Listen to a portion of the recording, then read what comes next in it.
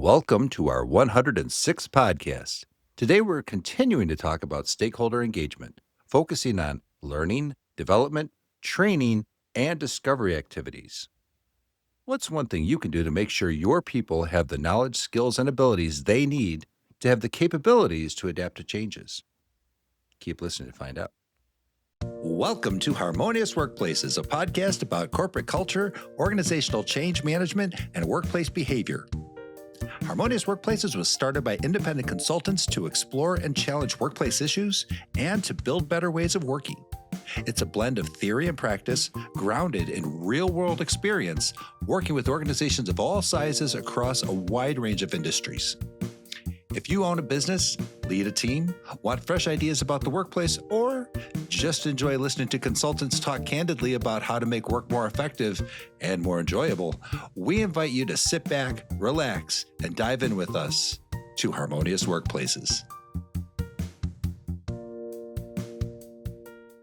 Hello, Harmonious Workplaces listeners. Welcome back to our podcast. I'm Rich Cruz, an organizational development consultant, and this is Ben Kleinman, a certified change management professional. How are you, Ben? How are things? Hey, Rich. Hey, everyone. So, Ben, we've been talking about stakeholder engagement. It's like you can't say too much about stakeholder engagement, especially when it comes to change, right? And this week we're going to be, or this episode, right, we're going to be continuing this discussion, but talking specifically about learning, training, all the things having to do with basically, I would say capability enablement. Does that make sense? It does. Yeah, it does. And I would only say maybe capability enablement from a human perspective, as opposed to capability enablement like we're bringing a machine online kind of thing. Sure. Specifically, just thinking about how we're training our people, learning our people, educating our people, coaching, mentoring, all that probably has a role in all of this, and giving them development opportunities and all that. So yeah, Sure. great stuff. Sure. And very much part of that three-legged stool of stakeholder engagement. And I feel like we're starting to get into where the rubber hits the road with a lot of these conversations around stakeholder engagement.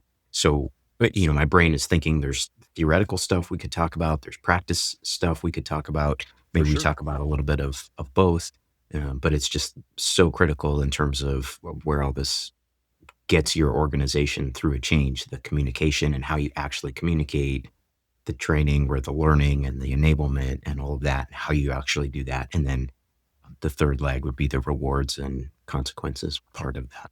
Yeah, for sure. And then, and just to kind of recap what we've talked about in the last episode, right? We largely talked about reward structures. Remind me some of the other things that we talked about in those in that previous episode. One of the things we talked about in the last episode had to do with learning at a very high level, learning and development, and saying how important that was. We also talked a little bit about rewards and consequences, again, at a very, very high level. Sure. And then the third thing we touched on is this idea that there's no one-size-fits-all approach to stakeholder enablement and stakeholder engagement and stakeholder management. However you think of your stakeholders, there's no one-size-fits-all approach. There's no one model that encompasses everything or is the canonical way to do a change. And so I think that's one of the things that we kind of touched on for a little bit of our last episode is just the truly excellent practitioners seem to have a way to navigate the situation and pull the best or the most appropriate pieces from any given model or framework without being so dogmatic about it. Because then you're starting to you're shoehorning something into a framework or a model that may not be the best for that situation, for that organizational culture, for the people that you're trying to engage with, that sort of thing. Right. So there's no token, one ring to rule them all. It's just, right. There's no magic change dust that you can just sprinkle and it all just works. That's right. That's there's no yes. Well, it's the same thing with training and development, right? I mean, there's literally like you can't say just training without development these days, right? In a title, because there are multiple applications. There's the needs are vast, right? And across many different types of individuals, and not to mention, what is required within the organization itself. Mhm. Yeah. From a I e from a definitional perspective, since we like to maybe set the stage for everyone so we're all on the same page, what are some of the differences that you like to think about when you're thinking about learning versus training versus development? How do you like to frame those? And then are those sort of different from discovery activities? Because that was one thing that we had in our show notes, Right. and Yeah. I'd like to explore that a little bit more too. So how do you like to define each of those? Yeah. In my little brain, I think of this in two ways, right? So I think of management, and as being about effectiveness and efficiency, right?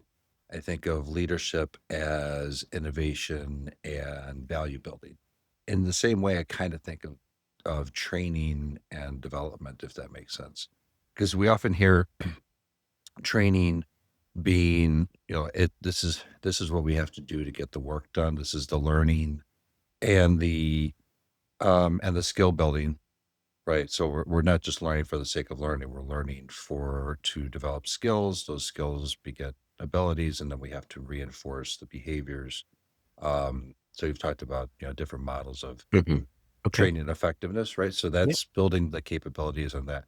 But then I also think about development, and I could be totally off base on this, Ben, but the way I think of it is on that leadership side more, right? Where we're building capability for the future. We're literally developing what's going to bring value to the organization. So we have the training part, which is getting the work done and doing it in a way that reduces risk and reduces you know defects, right? Whereas development may be arguably a little a little messier, but it can be that value building, future oriented type of learning that we have in an organization. What do you think? Yeah, I like that distinction. I think that's nice. So I like where you're going with all that. I think one of the things I was wondering about was agency. So for example, for training, Yeah, is training something that is often more imposed, like you said, for a specific change initiative? We're trying to right, build that skill, that capability to do something different. Whereas learning is maybe a little bit more internally motivated. I want to learn how to ride a bike so that I can have more mobility, or I want to right. learn how to work a lathe so that I can make pretty bowls or whatever that is. And it's Sure. maybe more aspirational than functional, but that's just me and maybe overly theoretical. So I Yeah, think of I that. get that. And then the last thing I was going to say just about development, I think of development as more of that. Where are you going in your career or in your life? Where do you want to grow to or grow into? And so that's to me, a much longer term type of thing and more of that longer term aspirational, maybe you're never done developing kind of a thing. Whereas you might Hmm. be done learning how to play the piano in a very basic way, but you're never done becoming a great pianist, if Sure. that makes sense. Absolutely. Right. So Right. it's kind of nuanced. It's a little bit theoretical, but I think that it tracks with what you're saying. No, I agree with that.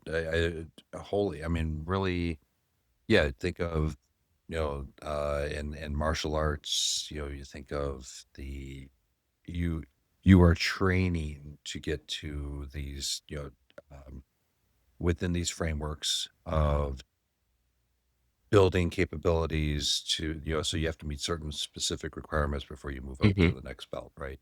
Hmm. But then once you reach, black belt, and you're reaching beyond further, dans or whatever the term is for that specific martial art. I took Tai Chi, so Oh, good for it you. was it was a little different how we Yeah. did that, right? But um but then there is always this pushing the boundaries and moving towards something that is, beyond what is required of the job, if that makes sense. Hmm. Hmm. Right. Yeah. Yeah. And this is really interesting. It starts to blend, or you start to see that interweaving of training, learning and development, training broadly speaking, and motivation and Right. self-effective, self-activation, I think you've called it. And you're starting to knit those two together. And if you can do that in your personal life, that's fantastic. And if you can do that in an organizational framework, your organization is just going to be so much further along. Your people are just going to be so much more invested in what you're Yeah. doing. Right.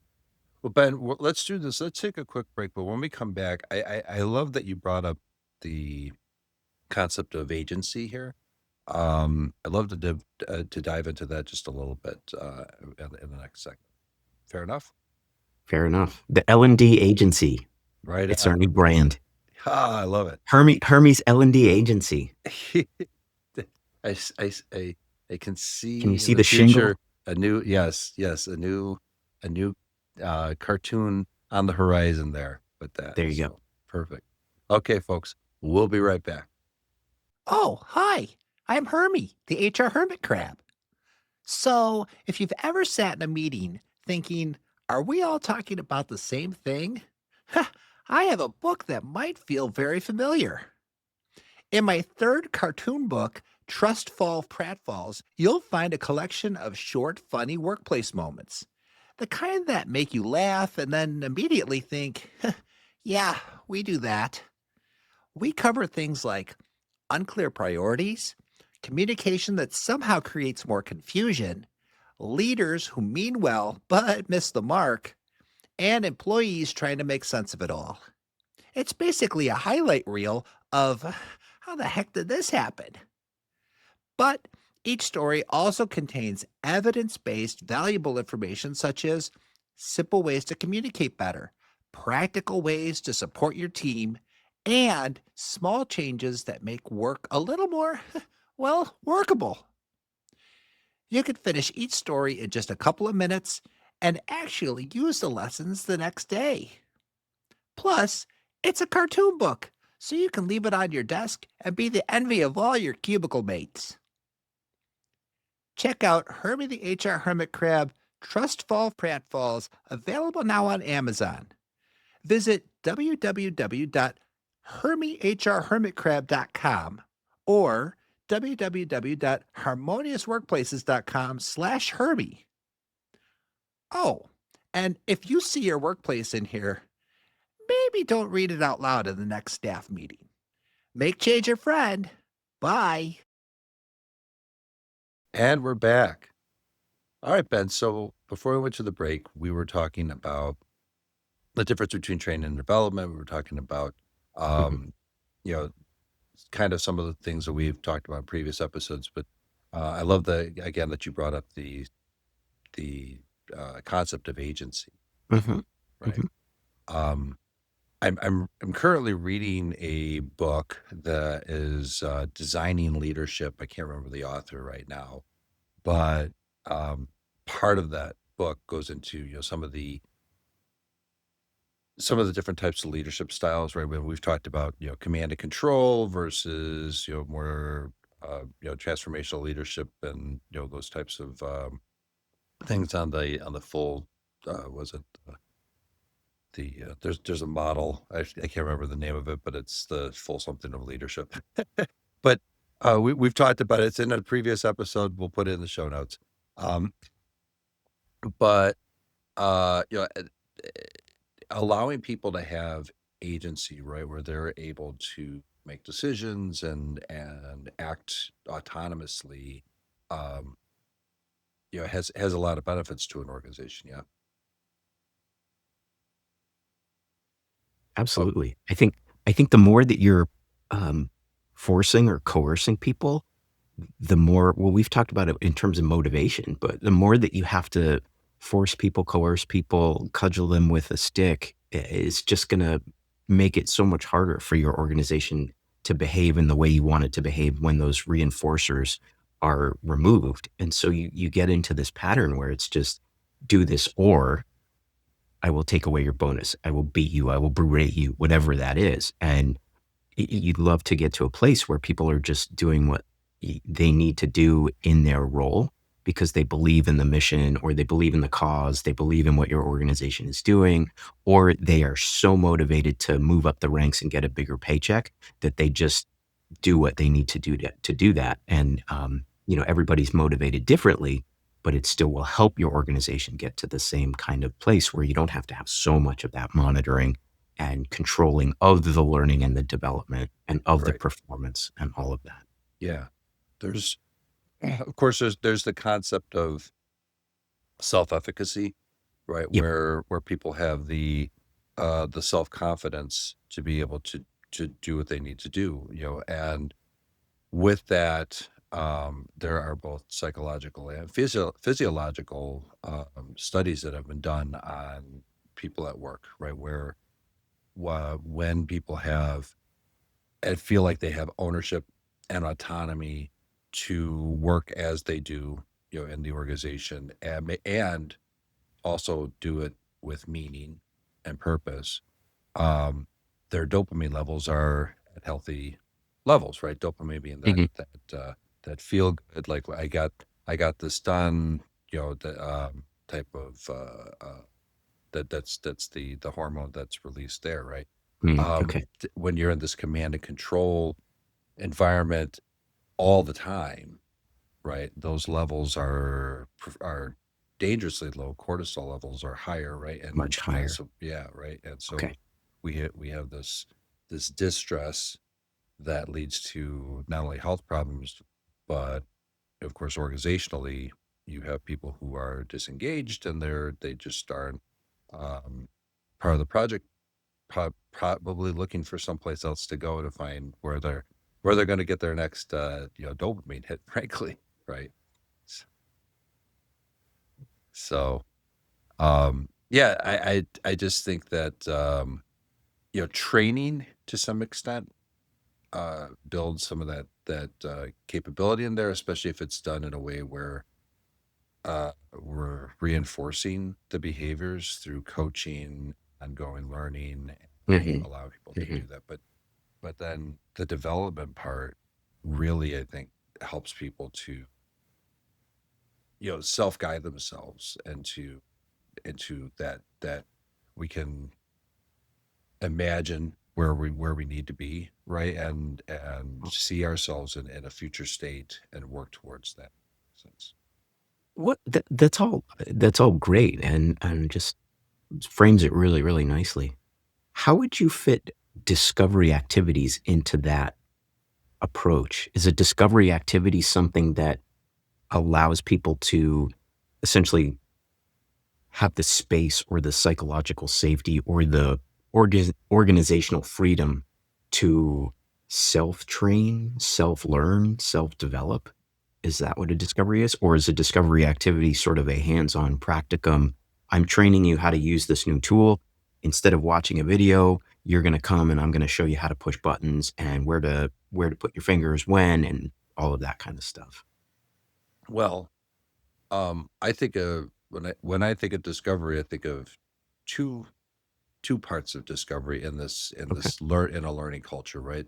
Yeah. One of them from a consulting standpoint, right? And you could be an internal consultant, you could be an external consultant. In fact, the Global Institute, CMC Global Institute, defines consultants as being independent practitioners that work within an outside agency, or internal practitioners that have advisory roles, right? And so when I think of discovery as from a learning standpoint, one of those is how are we? It's the analysis part about how are we doing what we're doing right now, and what are these baselines that we before we get into some level of improvement or even start the training, right? So I think that that learning part of things how do I put this? That helps to set the tone for what is required, if that makes sense. Hmm. The second part of discovery is what, again, kind of the imagining of what can be, and looking into, you know, from the baselines of the discovery of the as is, what is the discovery that we of the to be state of things. Does that make sense? I said a lot of Hmm. things. Yeah, it does make sense. Thanks for kind of going there.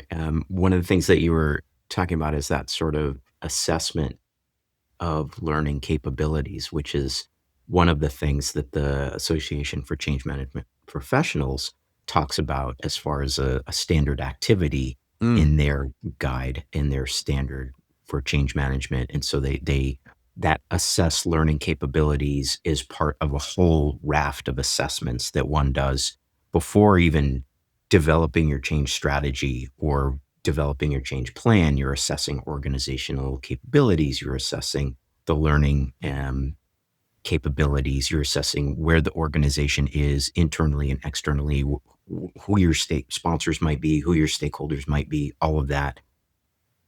That makes sense. And so you're essentially doing this discovery effort. And then especially since we're talking about learning and development and training and all of that, that discovery, to me, it's almost like adopting a curiosity mindset or a learner's mindset. You're asking a lot of questions and just trying to understand, but then that can kind of frame how you're going to think about the learning activities that you're going to provide or offer or require to the population of your stakeholders. And so that's where that then discovery approach might come in, if I'm sure. understanding you right, in terms of how we might do that when we start to operationalize, or even before that, when we start to think about our learning strategy, our learning plan, that kind of thing.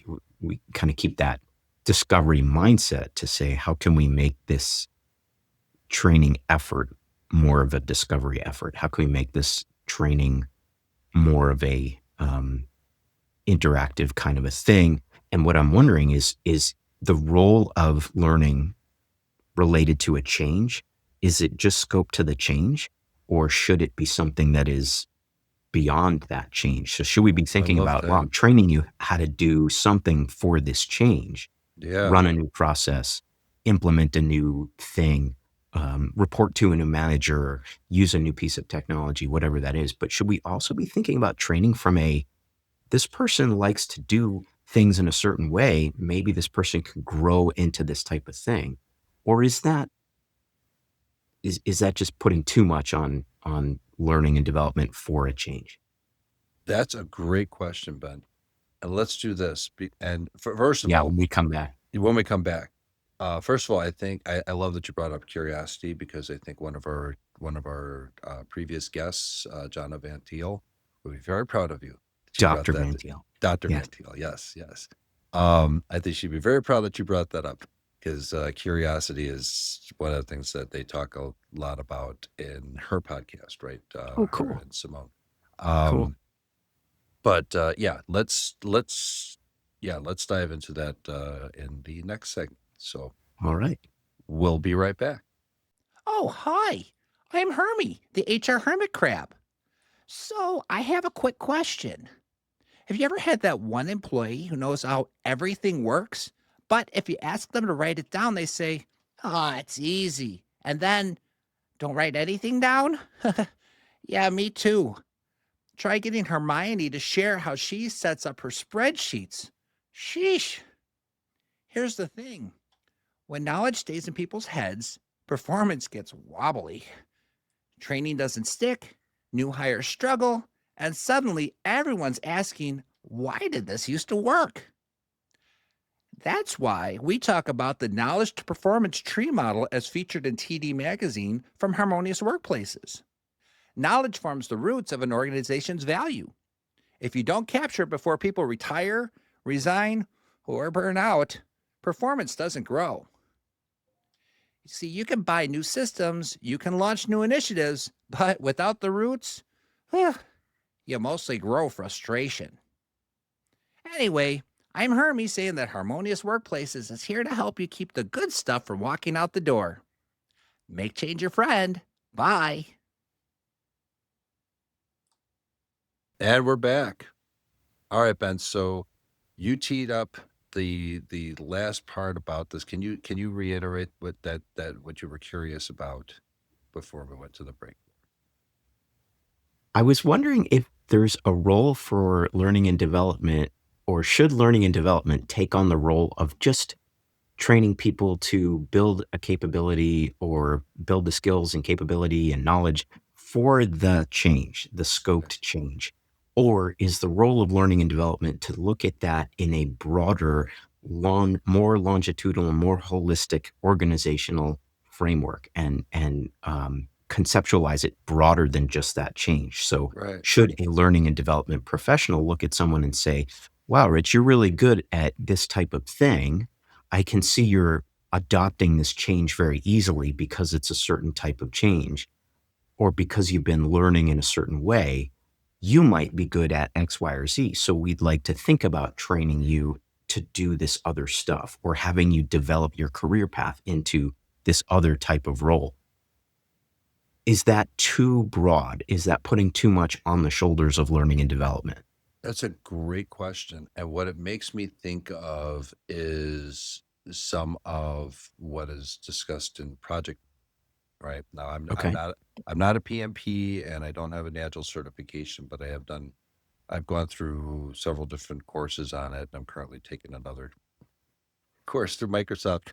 So, but um there's the concept of scope creep, right? And Mhm. Mhm. does that additional learning, because there's always lessons to be learned when you're going through a change project, right? I mean, it Mhm. just, Mhm.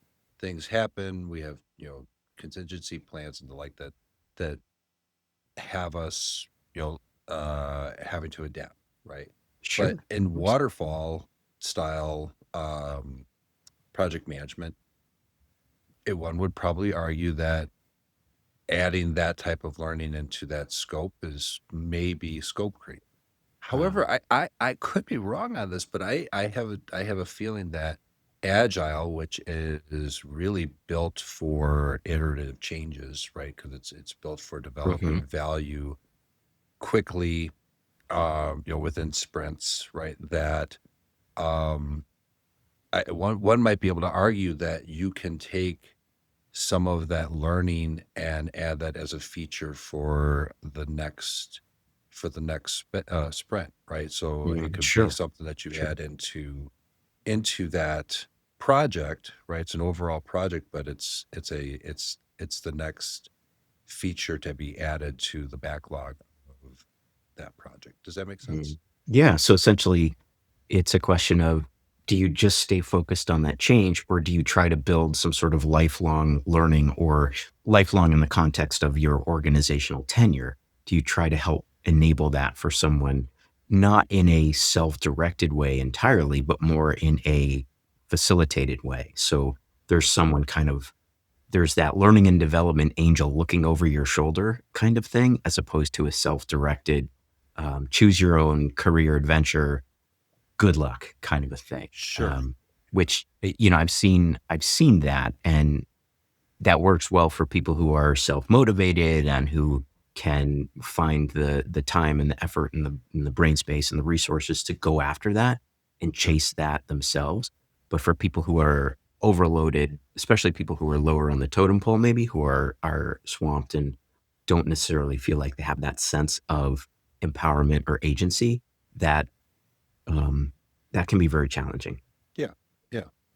And I think a lot of this, um, it depends on the individuals that are involved in this, and Yeah. and what their proclivities are towards, some people are very compliant, other people are more explorative, right? Some people have, so there's there's there's different um skill sets people bring in, and that could, like you said, some people are more motivated to be learning, pushing the boundaries, trying to innovate, trying to move towards, growing their own skills and their own, and subsequently it could be the value of the company, right? Hmm. Whereas others may actually, if they're high conscientiousness and they are, or maybe high neuroticism as well, right? They may be more um, apt to, okay, we just need to learn what we can do to maintain and or improve the process that we have right now to reduce, Hmm. again, risk or defects or the like, right? For, again, Yeah. management, that efficiency and effectiveness portion of it, where your people who are really wanting to push things maybe more on that development. Right. Right. I can't help but my mind to go that way. Well, no, that's great. That makes sense. In terms of enabling all of that, or setting up the structures, the frameworks, I'm thinking the organizational structures. Where have you seen learning and development as a corporate function sit? Do you find that sits within human resources, broadly speaking? Do you find that sits within, uh, if the company's got some sort of strategic function? Do you see it fitting in within that? Do you see it fitting in with the function that's running that particular change or that transformation? So maybe it's IT, maybe it's regulatory, maybe it's compliance, whatever that is, operations, and they just run or own the L&D component of it. Where have you seen it, Uh, and where have you seen it work best? right. I have, personally, I've seen that human resources strives to own that, right, to some extent. Um, if they have a center of excellence, or if they have, some kind of framework to enable training and development, the HR tends to want to own that. But in reality, what I've often seen is that um, the individual functional areas of the business tend to, because they have very specialized skills and very specialized experiences, together in their groups. They have their own subcultures and even their own knowledge bases and the like. So we've talked about tacit knowledge, right? So some of these things become very compartmentalized within those smaller structures, either on the line. It could be in production on the line. It can be in management areas. It can be in as certainly seen this in finance and accounting. And I think that's one of the things that um, really inspired us to put together the our knowledge continuity program, right? Is to really kind of pull out some of those things so that it becomes not just compartmentalized within those bespoke areas, right? Because it can not only be functional, it could also be regional.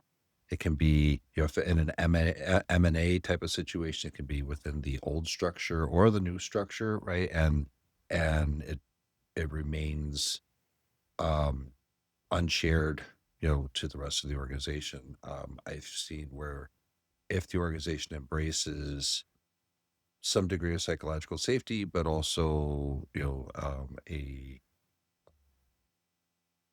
it's like a mentorship program, those types of things really help to capture that knowledge and allow the organization to learn from some of the lessons learned within those smaller, subcultures, if that makes sense.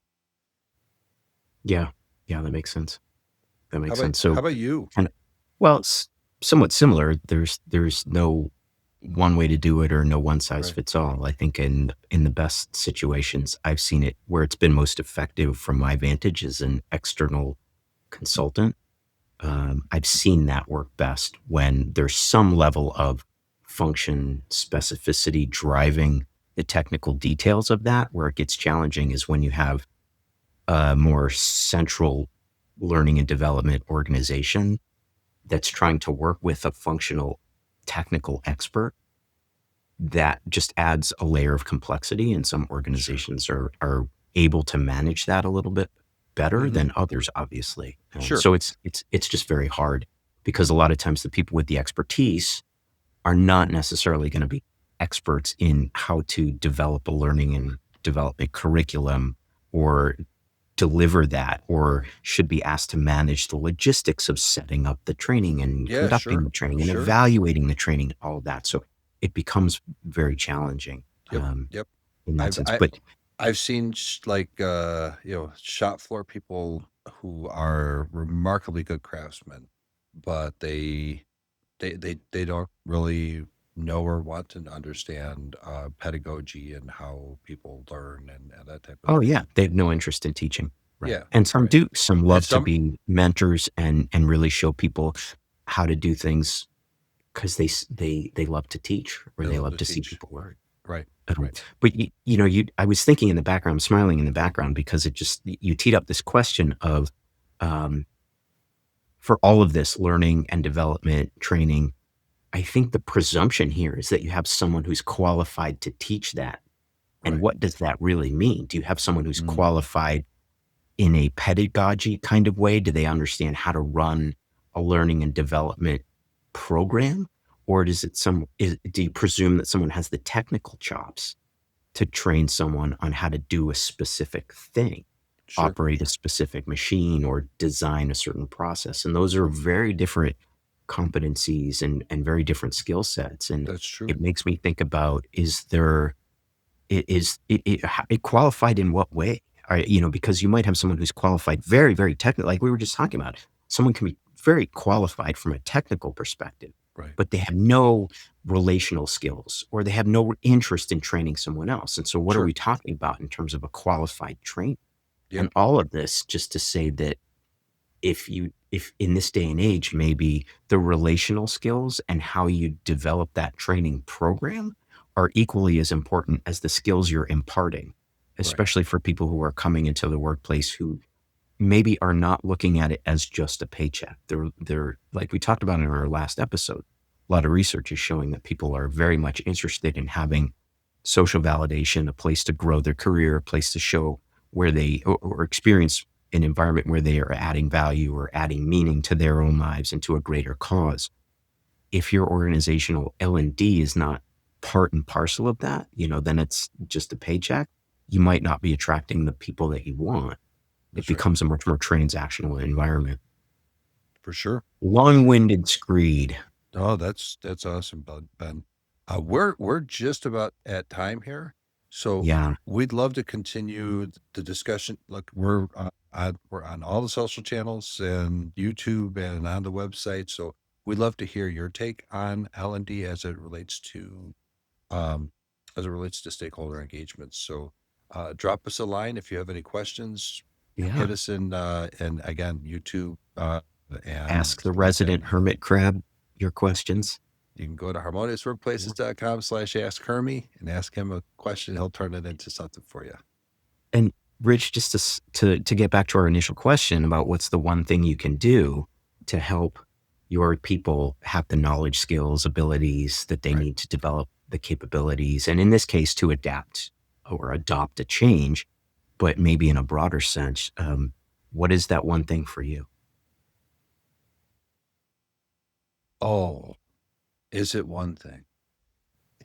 Is it one Got to thing? pick one. No, yeah, one You thing. just got to pick one. Yeah. I mean, I think, um, I, I, I think having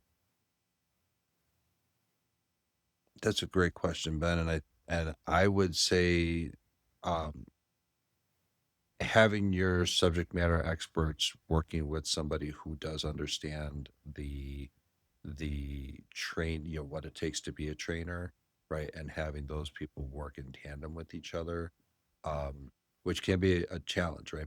But I think when you can do that and have people who are able to have the technical skills and be able to masterfully not only accomplish but be able to demonstrate and guide and show you how this is done, and then have somebody else who can turn that into capabilities Mhm.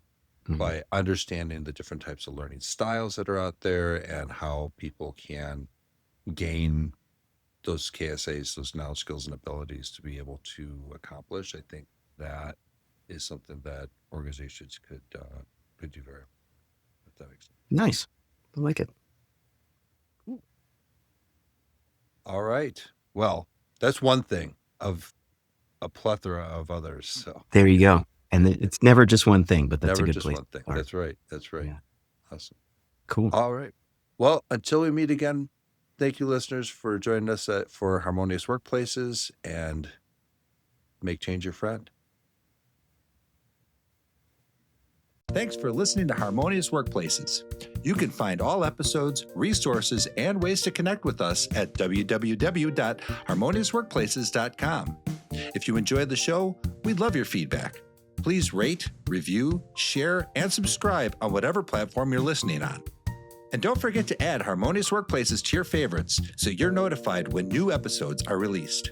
Again, visit us at www.harmoniousworkplaces.com.